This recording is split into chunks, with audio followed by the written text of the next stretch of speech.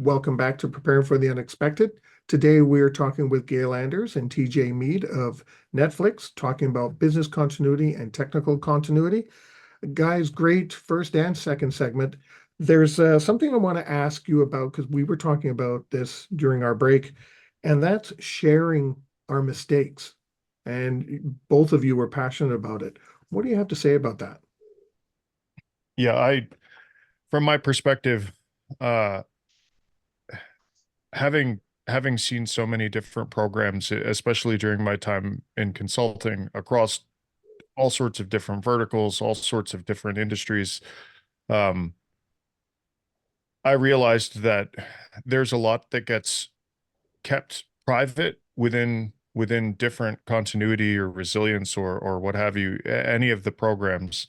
Um, as we've started to flesh out something new, or at least a different way of approaching the same topics, um, I know that Gail and I wanted to be as open and transparent as possible so that other people understood that we're in this to share, we're in this to help each other, because I would rather not have my colleagues, my peers in the industry, like I would rather not have them go through the same challenges if I can just say like, hey, I tried that and like here's what happened with something that we did. Maybe approach it a little bit differently, or you can try it, but here's what we ran into. So I know Gail and I at the various different speaking engagements we've had, um, we've run into both of those situations where somebody said, hey, you talked about this and you approached it this way, like what happened, like what was the outcome of that, and we'll share that information, and periodically like we'll check back in with those folks and say like, hey, you tried it, or and it how did it work for you, or conversely, um you decided to not take that approach and go about it this way, how did that work out for you? Because that is a feedback loop, right? We Mhm. information out, we want information back too. So it's both sides of that coin. I don't want people to do things, face challenges unnecessarily. Yeah. Yeah, I would use a little bit of a personal experience here. So one of the things that I found very quickly is that a lot of people in our community don't like talking about how they do what they do. And so, I spent all these years in the Marine Corps, and I go to a lot of places I've never been for the very first time. And I got a team with me. I'm trying to figure out like how do we find success before we actually get there, right? I want to remove the all the first time experiences I can every time we're operating in a new environment. So part of that is looking at the last missions after action review, or sitting down with a guy or gal who just came back from that area, kneecap to kneecap, and figuring out like how did you find success? What did you do to bring everybody home, or to address the mission priorities, et cetera. And that shared, open, and transparent information made sure that every follow-on team would be as prepared as they needed to be to deal with that situation. Fast forward, I come out of the Marine Corps, I'm going to these conferences, I see and hear all these wonderful presenters, and they're very much at the 30,000 foot view. And then, the presentation's over. I'm like, hey, how did you actually do that? And it's like silence, it's crickets. Nobody wants to actually talk about the how. I need to know the how. I spend a lot of time mentoring veterans and other young people who are coming into business continuity. And, one of the things I help them with is, hey, great, you got the interview. Like, do you understand the business? And they're like, yeah, we make widgets. I'm like, okay, cool. Or are all those widgets made? What's a material event for your business? Have you read the 10K? Have you read the latest 8Ks, et cetera? And they're like, oh, wow, okay, I thought they just made widgets, but I see that there's a lot of things that we had to account for. And why is this important? If you can't speak in the same language your leadership team is speaking, i.e., Mhm. fiscal impact, more importantly, material fiscal impacts, then nobody's going to buy into your program and you're going to fall flat on your face. So, in that effort, I'm very open and transparent about how I do what I do, because I want the next generation to be equipped for this work, because it is great work. I love what I do. I know that TJ does this as well, but we have to be a little bit more open and transparent. I agree with you both in what you're saying because I have issues with our lessons learned process. It always happens once a year or when something is over and the people that you worked with have moved on, they've done other things, and then you're showing up with this little survey. What did we do well? But what are you talking about? That was 8 months ago. I don't remember what we did then. I have difficulty remembering what I did last week. I'm so busy. So we lose all these learnings. We don't capture them. We don't do it on a regular basis. And then when we do capture them or document them, we don't do the follow-up. And you both mentioned that too. It's following up. We don't do that. If nothing changed, then we just went through a time wasting exercise, really. Agreed. That just bugs me like to no end. And I've sat through many of sessions like that, and half the time it's just like, this is a waste of my time.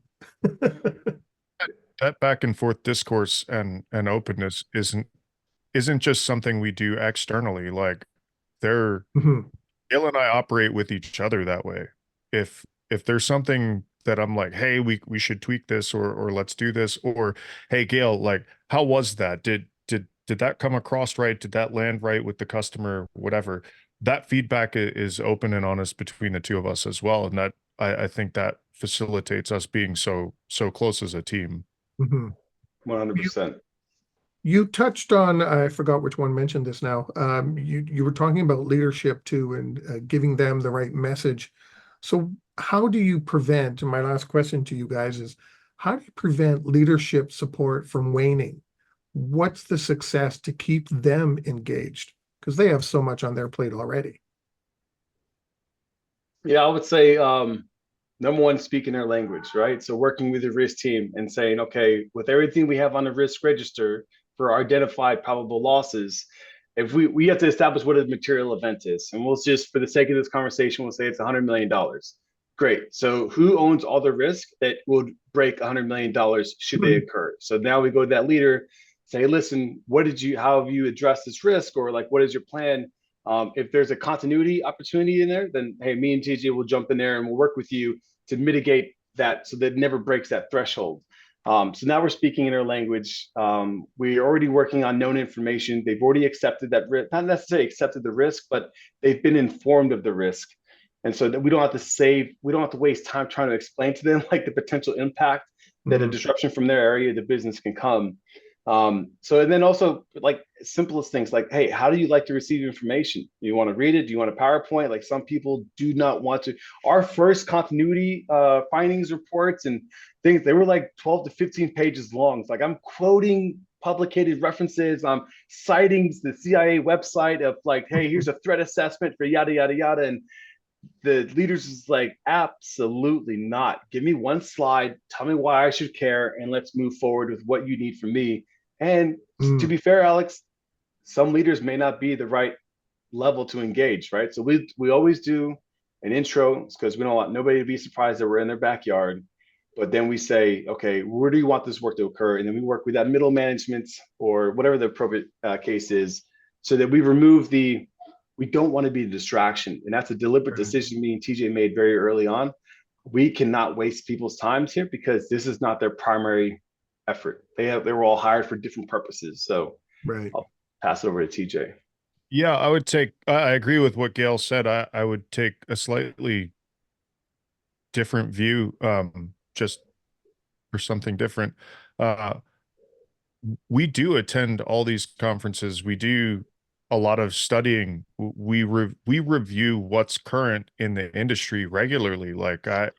The documents that BCI publishes on trends and all that. Gail and I look at that every year. We try and dedicate time to look at what's happening in the industry and say, is this applicable to us? Is this something that's going to matter to leadership?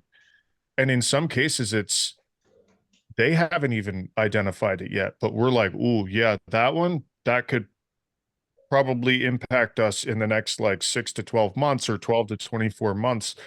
So we try and dedicate a little bit of time, not a significant amount of time, but like a couple hours here, a couple hours there. Like Gail and I will be traveling, and right, you have a couple hours at the airport. It's like, all right, cool, let's pull open the uh I'm just going to use the good practice guidelines because it's on my mind. But hey, let's pull open the good practice guidelines and go through one of the chapters and see like, hey, what are we doing this? Does this matter to the company? Like, should we be doing this? And like, we'll have an informed conversation back and forth around that. We'll do the same thing around current affairs topics that, hey, maybe somebody didn't think about this yet. Maybe this will come back impact us. So like maybe we should be proactive here and write like a quick summary of this.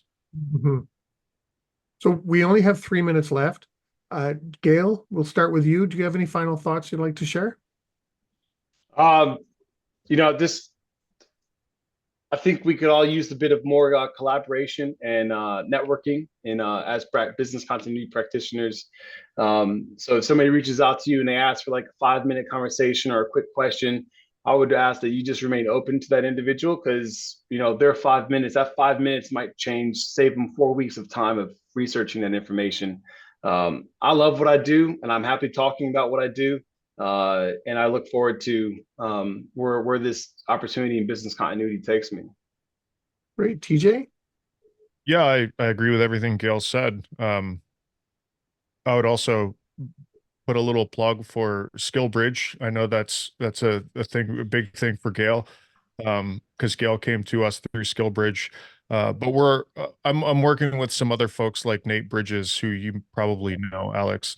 Gail and I are working with Nate on some other initiatives too, to bring new talent, new eyes into the industry as well. So definitely excited about that as future opportunities. Well, great. Gayle, TJ, it's been fantastic having you guys back and chatting with you once again. And I know I'll be seeing you in a couple of months, actually, in London, England, for Yep. the Looking BCI forward to World. In fact, I will be introducing you, so I'm looking forward to that. So we'll see each other in person once again. Thanks for taking the time to chat with us today. I really enjoyed it, and I hope people listen, because there's a lot of people out there that are having some challenges with their programs, departments of one. And the two of you just proved it can be done with a department of one. So it can be done. So thank you so much for sharing all your time and expertise with us today. Thank you, Alex. And everyone watching and listening, stay prepared, everybody. If you liked that video, thumbs up. If you didn't like that video, thumbs down. But leave me a message and let me know your thoughts. Of course, don't forget to subscribe. And in the meantime, stay prepared, everybody.